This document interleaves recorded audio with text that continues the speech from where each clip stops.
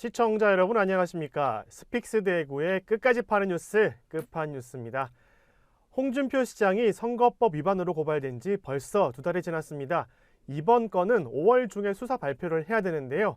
때문에 지금 검찰이 홍준표 시장을 기소할지 안 할지 관심이 많이 생기고 있습니다. 수사 진행 상황 김태호 본부장과 함께 체크해 보겠습니다. 안녕하십니까? 안녕하십니까? 자, 대구 참여연대가 대구지검에 고소를 접수했고요. 자, 검찰이 맨 처음에 북부경찰서에 배당을 했다가 이 사건이 중간에 그 수사 주체가 변경됐죠. 네, 그 대구 참여연대가 홍준표 시장과 대구시 공식 유튜브 담당자를 공직선거법 위반으로 대구지방검찰청에 고발한 것은 지난 2월 22일입니다. 고발장을 접수한 검찰은 이 사건을 대구시청 상격청사를 관할하는 대구 네. 북부경찰서에 배정을 했고요. 그런데 북부경찰서는 고발인 소환 조사를 한 지 2주 만에 이 사건을 대구지방경찰청에 이송을 했습니다. 네. 수사 주체가 일선경찰서에서 갑자기 대구지방경찰청으로 바뀌게 된 겁니다. 아, 그럼 지금 대구시경에서는 어느 부서가 이거를 담당하고 있습니까? 대구지방경찰청 광역수사대 네. 반부패수사 2개에서 담당하고 있습니다. 그러면 북부경찰서에서 담당했을 때보다 조금 더 좀 체급이 큰 부서가 네. 담당한다고 보면 되죠. 네네. 자, 대구 참여연대가 2월 22일에 이렇게 대구지검에 고발을 했으니까 2달이 지난 시점인데 이번 사건을 수사 중인 경찰의 수사 종료 시한이 있습니까? 네, 그렇습니다.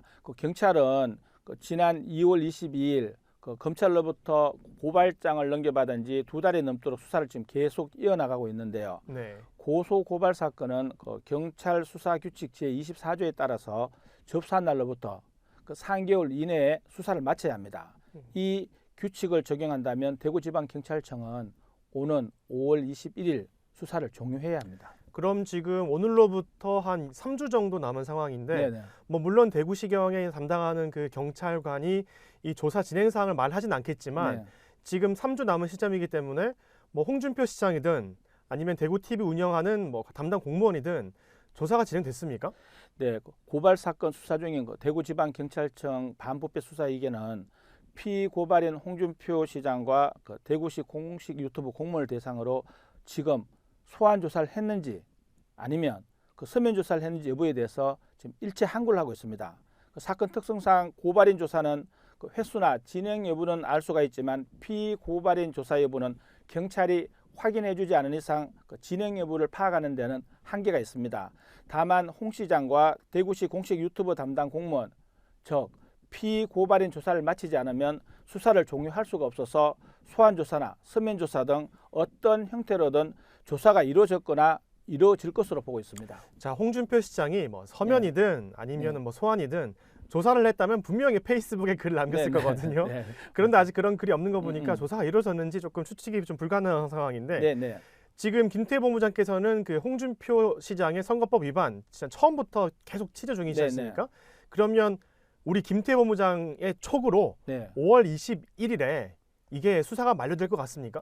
네, 대구지방경찰청 반부패 수사 2개는 홍 시장과 대구시 공식 유튜브 담당 공무원에 대한 수사는 수사 완료 시한을 넘겨서 계속 진행될 수 있다는 것을 시사했습니다. 아, 예. 네네. 통상 고소 고발 사건은 수사 종료 시한까지 수사를 마치게 되는데 경찰이 수사 보안을 지금 철저히 유지하면서 수사 기간을 연장하겠다는 것은 홍 시장의 기소를 염두에 둔 것이란 분석이 지금 나오고 있는데요.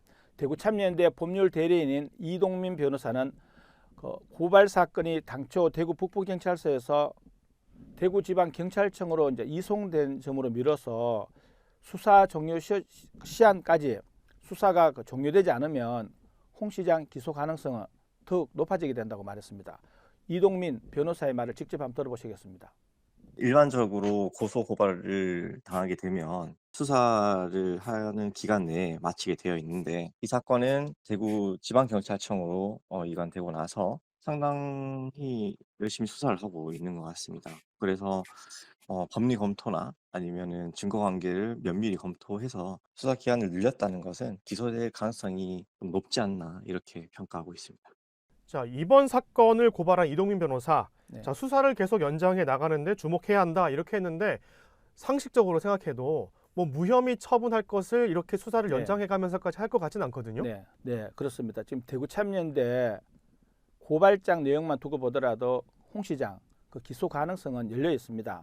우선 홍 시장 개인 SNS 채널인 페이스북과 TV 홍카콜라 청년의 꿈에 게시된 업적 홍보 글과 영상이 그 선거관리위원회가 예시한 공무원 SNS 선거법 위반 유형 사례에 대부분 지금 해당이 되고 있습니다. 또한 홍 시장 페이스북과 TV 홍카콜라 청년의 꿈에 동일한 업적 홍보글과 영상이 중복 게시가 돼 있고 홍 시장 업적을 드러내는 게시물이 지속적, 반복적으로 게시되어 있는 점으로 미뤄 홍 시장 기소 가능성은 지금 배제할 수 없는 상황입니다. 더구나 대구시 공식 유튜브에 게시된 홍 시장 출연 영상이 공직선거법 제86조 5항에 규정된 분기별 1회를 초과해 60여 개 홍 시장 출연 영상에 게시된 것을 홍 시장이 알고도 묵인했거나 방조한 사실이 입증된다면 기소 가능성은 더욱 커지게 됩니다. 참 어떻게 결과가 나올지 기대를 해야 될지 걱정을 해야 될지 좀 만감이 교차하는데 네.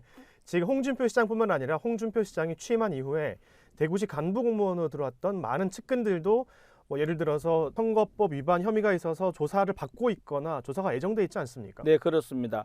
지금 이시복 정무조정실장은 개인 밴더와 페이스북에 홍 시장 업적 홍보 글을 지속적으로 게시한 혐의로 대구시 선거관리위원회로부터 지금 조사를 받고 있습니다. 대구지방경찰청은 선관위 조사와는 별도로 대구참여연대가 추가로 이 실장을 공직선거법 위반 혐의로 지금 고발을 또 했거든요. 그래서 홍 시장 사건과 함께 지금 선거법 위반 여부를 조사할 예정이고요.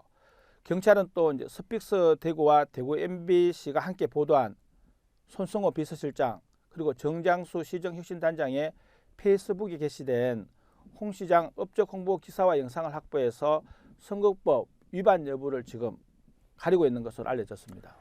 네, 홍준표 시장은 자신을 비판하는 언론사들에게는 좌파, 찌라시 이런 프레임을 씌워서 시민들에게 호도하고 있습니다. 자, 그런데 홍준표 시장은 선거법 기준을 넘어서는 이런 업적 홍보로 이런 사태까지 만든 장본인입니다. 바로 뿌린 대로 거둔다 이런 말이 생각나는 상황인 것 같습니다. 오늘 급한 뉴스 여기서 마치겠습니다. 감사합니다. 성공은 소중한 것이지만 성공한 이후에 더불어 사는 사람들의 고통을 외면한다면 그 성공은 큰 의미가 없는 것입니다.